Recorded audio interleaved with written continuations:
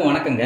இந்த வீடியோவில் நம்ம பார்க்கக்கூடிய டாபிக் என்ன அப்படின்னா, நில ராசிகளில் சுக்கிரன் இணைவு பலன். அதாவது நில ராசிகள் அப்படின்னு சொல்லக்கூடியது 3 ராசிகள். அந்த 3 ராசிகளில் சுக்கிரன் இருக்கும்போது என்ன பலன் கொடுக்கும், அல்லது சுக்கிரன் ஒவ்வொரு கிரகத்தோடு சேர்ந்து இருக்கும்போது என்ன பலன் கிடைக்கும் அப்படிங்கிறது தான் பார்க்க போகிறோம். நில ராசிகள் அப்படின்னு சொல்லக்கூடியது 3 ராசிகள். ஒன்று ரிஷபம், இன்னொன்று கன்னி, இன்னொன்று மகரம்.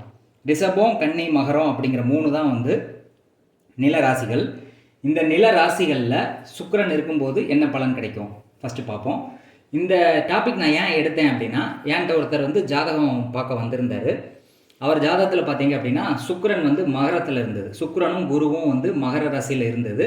மகரம் அப்படிங்கிறது ஒரு நில ராசி, சுக்கிரன் அப்படிங்கிறது ஒரு நீர் கிரகம். அப்போ நில ராசியில் நீர் கிரகம் அப்படிங்கிறது என்ன சொல்ல வருது அப்படின்னா, நிலத்தடி நீரை சொல்ல வருது. நிலம் அப்படிங்கிறது பூமி. இந்த பூமிக்கு அடியில் உள்ள நீரை தான் இந்த சுக்கிரன் சொல்ல வருது. நிலத்துக்கு அடியில் உள்ள நீர், ஏன்னா சுக்கிரன் நீர், அது இருக்கக்கூடியது நிலராசி. அப்போ நான் அவர்கிட்ட கேட்டது என்ன அப்படின்னா, நீங்கள் நிலத்தடி நீரை, அதாவது போர் போட்டு நிலத்தடி நீரை யூஸ் பண்ண தொடங்குங்க, உங்கள் வாழ்க்கையில் வெற்றி கிடைக்கும் அப்படின்னு சொல்லி சொன்னேன். அவர் என்ன சொன்னார் அப்படின்னா, இதுக்கு முன்னாடி நான் ஒரு கிணறு வச்சுருந்தேன். அந்த கிணறை நான் மூடிட்டேன். வாஸ்துக்காரங்க பார்த்துட்டு இந்த கிணறு வாஸ்துப்படி நல்லா இல்லை, நீ மூடுங்கன்னு சொல்லிட்டாங்க. நான் ஒரு 5 வருஷம் முன்னாடி அந்த கிணறை நான் மூடிட்டேன். அந்த கிணறு இருக்கிற வரைக்கும் எனக்கு வருமானம் வந்துக்கிட்டே இருந்தது. அந்த கிணறை க்ளோஸ் பண்ணதுக்கப்புறம் எனக்கு 100 கோடி சொத்து இருந்தது. இப்போ எல்லாத்தையுமே இழந்து நடுத்தருக்கு வந்துட்டேன் அப்படின்னு சொல்லி அவர் சொன்னார். அந்த ஒரு ஜாதகத்தை அனலைஸ் பண்ணதுக்கப்புறம் தான் இந்த கான்செப்டை நான் எல்லாருக்கும் தெரியப்படுத்தணும் அப்படிங்கிற ஒரு விஷயத்தினால தான் இந்த வீடியோவே நான் போட்டது. இது கண்டிப்பாக எல்லாருக்குமே பயனுள்ளதாக இருக்கும். டிஃப்ரெண்ட்டாக போடணும் அப்படிங்கிறது தான் என்னுடைய எண்ணம். யாருமே சொல்லாத விஷயங்களை சொல்லணும் அப்படிங்கிறது தான் என்னுடைய எண்ணம். சொன்ன கான்செப்டே சொல்லி உங்களுக்கு போர் அடிக்க வைக்கிறது, அதே மாதிரி புது விஷயங்கள் எதுவுமே லேர்ன் பண்ணாமல் அரைச்சமாகவே அரைக்கிறதுலாம் எனக்கு பிடிக்காது. அதனால தான் இந்த மாதிரி வித்தியாசமான கான்செப்ட் நான் போட்டிருக்கேன். கண்டிப்பாக இதை ஃபாலோ பண்ணும்போது உங்கள் வாழ்க்கையில் வெற்றி கிடைக்கும். அப்போ ஒவ்வொரு கிரகங்கள் ஒரு விஷயத்தை சொல்ல வருது. அது என்ன சொல்ல வருதுன்னு உங்களுக்கு தெரிஞ்சு அந்த விஷயத்தை நீங்கள் பண்ணும்போது கண்டிப்பாக வாழ்க்கையில் சக்ஸஸ் கிடைக்குது. அது என்ன சொல்ல வருதுன்னு தெரியாமல் நீங்கள் பார்வையை பார்த்துட்டாரு சேர்ந்துட்டாருன்னு சொல்லி நீங்கள் பலன் சொன்னீங்கன்னா நிவர்த்தி கிடைக்காது. பலன் சொல்லிக்கலாம். நம்ம ஜாதகம் பார்க்குறதே என்ன பிரச்சனை இருக்குது, அந்த பிரச்சனை எப்படி தீர்க்கிறது அப்படிங்கிறது ஜாதகத்தையே பார்க்குறோம். எதையுமே தீர்க்க மாட்டோம். சும்மா பார்வையை பார்த்துட்டே இருக்குது அப்படின்னா அது வேஸ்ட்டு தான். அதனால் நிவர்த்தி கிடைக்கிறதுக்கு தான் நான் சொல்கிற கான்செப்ட் எல்லாமே யூஸ் ஆகும். அதனால் கவனமாக இதை பாருங்கள். அப்போ நிலராசிகளில் சுக்கிரன் இருக்கும்போது என்ன நடக்கும் அப்படின்னா, நிலத்தடி நீர் நீங்கள் புழங்க தொடங்கணும், யூஸ் பண்ண தொடங்கணும். அப்படி தொடங்க ஆரம்பிச்சிங்கன்னா உங்கள் வாழ்க்கையில் மென்மேலும் வெற்றிகள் கிடைக்கும், வாழ்க்கையில் வளர்ச்சி கிடைக்கும். இது கண்டிப்பாக நடக்கும். வேணால் டெஸ்ட் பண்ணி பாருங்கள். உங்கள் ஜாதக நிலராசிகளில் சுக்கிரன் இருந்தது அப்படின்னா போர் போடுங்க. ஃபஸ்ட்டு போர் போட்டு பூமிக்கு அடியில் உள்ள நீரை யூஸ் பண்ண தொடங்குங்க. உங்கள் வாழ்க்கையில் அடுத்தடுத்து முன்னேற்றங்கள் கிடைக்கும். இல்லை அப்படின்னா உங்கள் வீட்லேயே பழைய கிணறு இருக்குது அப்படின்னா அந்த கிணத்து தண்ணியும் நீங்கள் யூஸ் பண்ணலாம். ஏன்னா கிணத்து தண்ணியும் நிலத்தடி தண்ணி தான். அப்போ கிணத்து தண்ணி அல்லது போர் இல்லாதவங்க போர் போட்டு போர் தண்ணி, இந்த ரெண்டில் ஏதாவது நீங்கள் யூஸ் பண்ணிகிட்டே இருந்தீங்க அப்படின்னா கண்டிப்பான முறையில் உங்களுக்கு வாழ்க்கையில் ஏற்றம் கிடைக்கும். எக்காரணத்தை கொண்டும் பழைய கிணறு தண்ணி கிணத்தை மூடக்கூடாது. போரை நீங்கள் க்ளோஸ் பண்ணிடக்கூடாது. அது ரொம்ப முக்கியம். போர் தண்ணியும் கிணத்து தண்ணி ஏதாவது ஒன்று புழங்குனீங்க அப்படின்னா வாழ்க்கையில் வெற்றி கிடைக்கும். இது நம்பர் 1. இப்போ சுக்கிரனோட சூரியன் சேர்ந்துருக்குதுன்னு வச்சுக்கிடுவோமே. சுக்கிரன் மட்டும் இல்லை, சுக்கிரனோட சூரியன் சேர்ந்துருக்குது அப்படின்னா சூரியன் அப்படிங்கிறது கிணறு குறிக்கிறது. ஏன்னா சூரியன் ரவுண்டாக இருக்கா, அப்போ கிணறு ரவுண்டாக இருக்கா. அப்போ சூரியனும் சுக்கிரனும் சேரும்போது கிணத்து தண்ணியை எடுத்து நீங்கள் புழங்க ஆரம்பிச்சிங்க அப்படின்னா வாழ்க்கையில் அடுத்தடுத்து முன்னேற்றங்கள் கிடைக்கும். இன்னொரு கான்செப்ட் என்ன அப்படின்னா, சூரியன் வெப்பம், சுக்கிரனுங்கிறது நீர். அப்போ உங்களுக்கு இந்த கிணத்து தண்ணியோ அல்லது போர் தண்ணியோ பார்த்தீங்கன்னா ஹீட்டாக இருக்கும். அதாவது சூரியனும் சுக்கிரனும் சேர்ந்துருந்துச்சு அப்படின்னா ஜாதகத்தில் நிலராசியில் இருந்ததுன்னா அவங்க நிலத்தில் இருக்கக்கூடிய தண்ணி கொதிக்கிற மாதிரி சூடாக இருக்கும். இதை நீங்கள் செக் பண்ணி பார்த்துக்கோங்க. அடுத்து ஃபஸ்ட்டு சூரியனை சொல்லியாச்சு. இப்போ அடுத்து சந்திரன் சேரும்போது என்ன நடக்கும் அப்படின்னு பார்ப்போம். இப்போ சுக்கிரனோட சந்திரன் சேர்ந்துருக்குதுன்னு வச்சுக்கோங்க. நிலராசியில் சொல்கிறேன் நான், வேறு எந்த ராசிலையும் நான் சொல்லலை. இப்போ நிலராசியில் சுக்கிரனும் சந்திரனும் சேர்ந்துருக்குது அப்படின்னா சந்திரன் அப்படிங்கிறது உப்பு கிரகம். உப்பு மீன் இது சம்மந்தப்பட்ட விஷயங்களை குறிக்கிறது தான் சந்திரன்.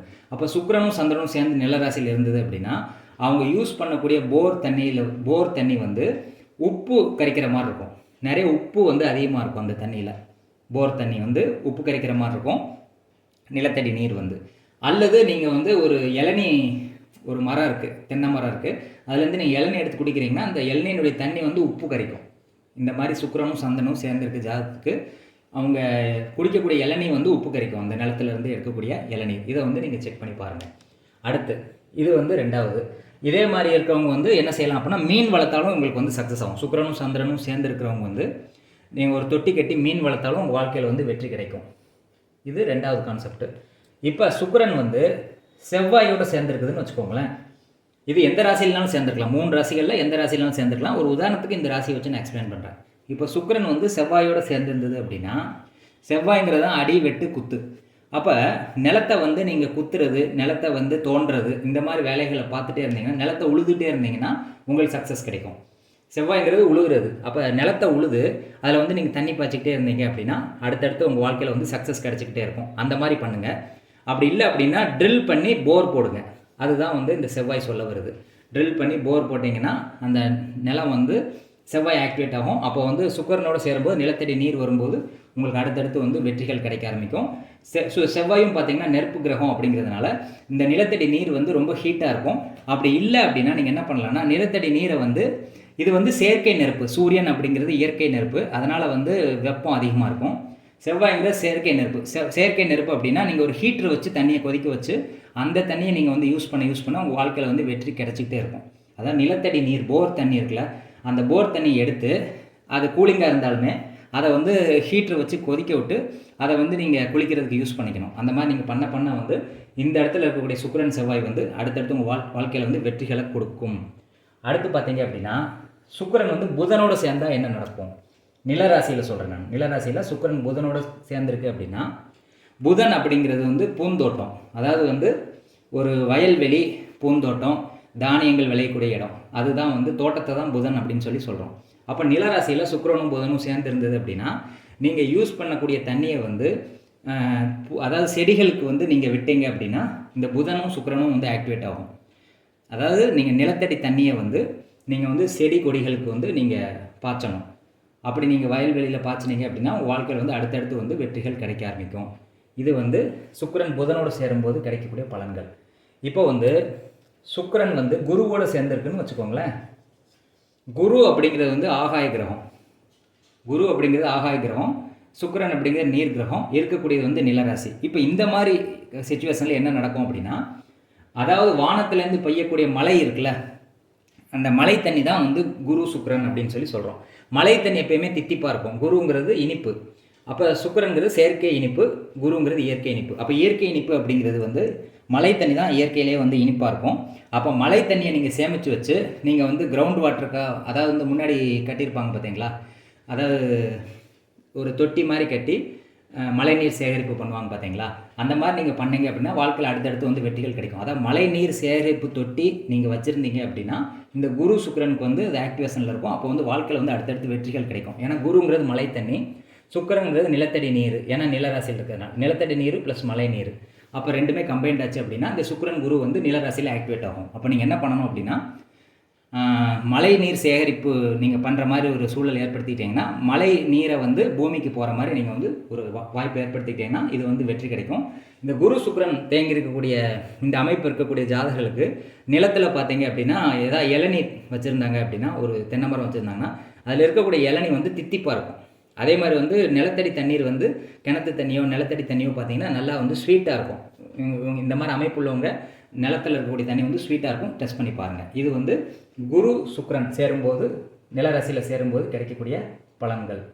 அடுத்து வந்து சுக்கிரன் வந்து சனியோடு சேருதுன்னு வச்சுக்கோங்களேன்.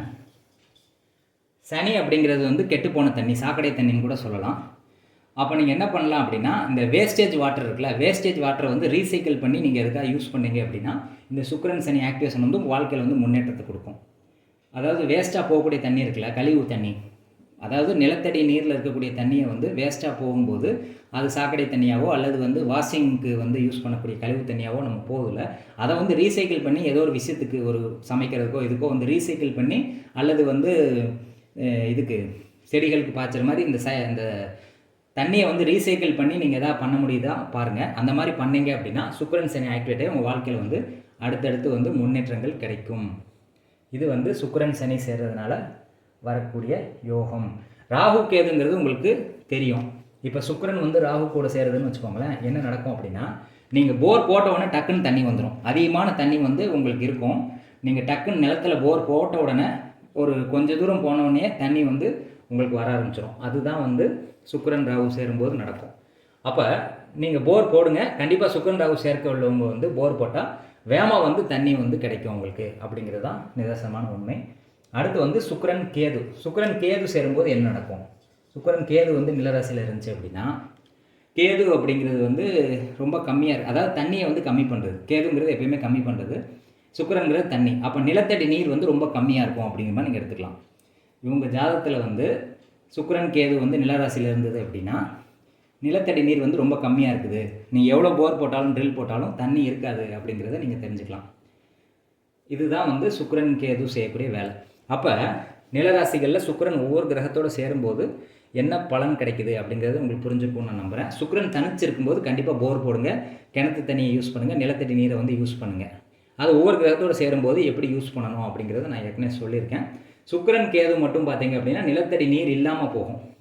அப்போ இவங்க என்ன பண்ணலாம் அப்படின்னா, அந்த கிணறை வந்து க்ளோஸ் பண்ணுறாங்க பார்த்தீங்களா, இந்த கிரக அமைப்பு உள்ளவங்க மட்டும்தான் வந்து கிணறையோ இதையோ போரையோ வந்து க்ளோஸ் பண்ணால் உங்களுக்கு வந்து வெற்றி கிடைக்கும். இது சுக்கிரன் கேது சேர்க்கை உள்ளவங்க மட்டும். மற்ற கிரகங்களோடு சேரும்போது கண்டிப்பாக அவங்க வந்து கிணத்தையோ போரையோ வந்து க்ளோஸ் பண்ணக்கூடாது. எக்காரணத்தை கொண்டும் க்ளோஸ் பண்ணால் வாழ்க்கையில் வந்து வீழ்ச்சி அடைய ஆரம்பிச்சிடுவீங்க.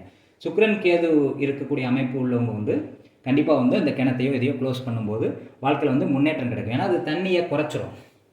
அப்போ அதை க்ளோஸ் பண்ணாலும் ஒன்று தான், அதை யூஸ் பண்ணாமல் இருக்கிறதும் ஒன்று தான். அப்போ வந்து சுக்கிரன் கேது இருக்கிறவங்க மட்டும் கிணத்தையோ போர் தண்ணியோ க்ளோஸ் பண்ணலாம். மற்ற கிரக அமைப்பில் வந்து க்ளோஸ் பண்ணாமல் இருக்கிறது சால சிறந்தது. இப்போ சுக்கிரன் வந்து நிலராசிகளில் செயற்கை மூலியமாகவோ தனிச்சு இருக்கும்போதோ என்ன பலன் கொடுக்குது அப்படிங்கிறது உங்களுக்கு கண்டிப்பாக புரிஞ்சிருக்கும்னு நான் நம்புகிறேன். இந்த மாதிரி சுவாரஸ்யமாக நிறைய வீடியோஸ் பார்க்கணும் அப்படின்னா என்னோடய சேனலை மறக்காமல் சப்ஸ்கிரைப் பண்ணுங்கள். உங்களுக்கு ஜாதகம் பார்க்கணும்னு விருப்பம் இருந்தது அப்படின்னா டிஸ்கிரிப்ஷனில் என்னுடைய வாட்ஸ்அப் நம்பர் கொடுத்துருக்கேன். வாட்ஸ்அப் மூலியமாக தொடர்பு கொண்டு அப்பாயின்மெண்ட் ஃபிக்ஸ் பண்ணிட்டு ஜாதகம் பார்க்கலாம். நன்றி, வணக்கம்.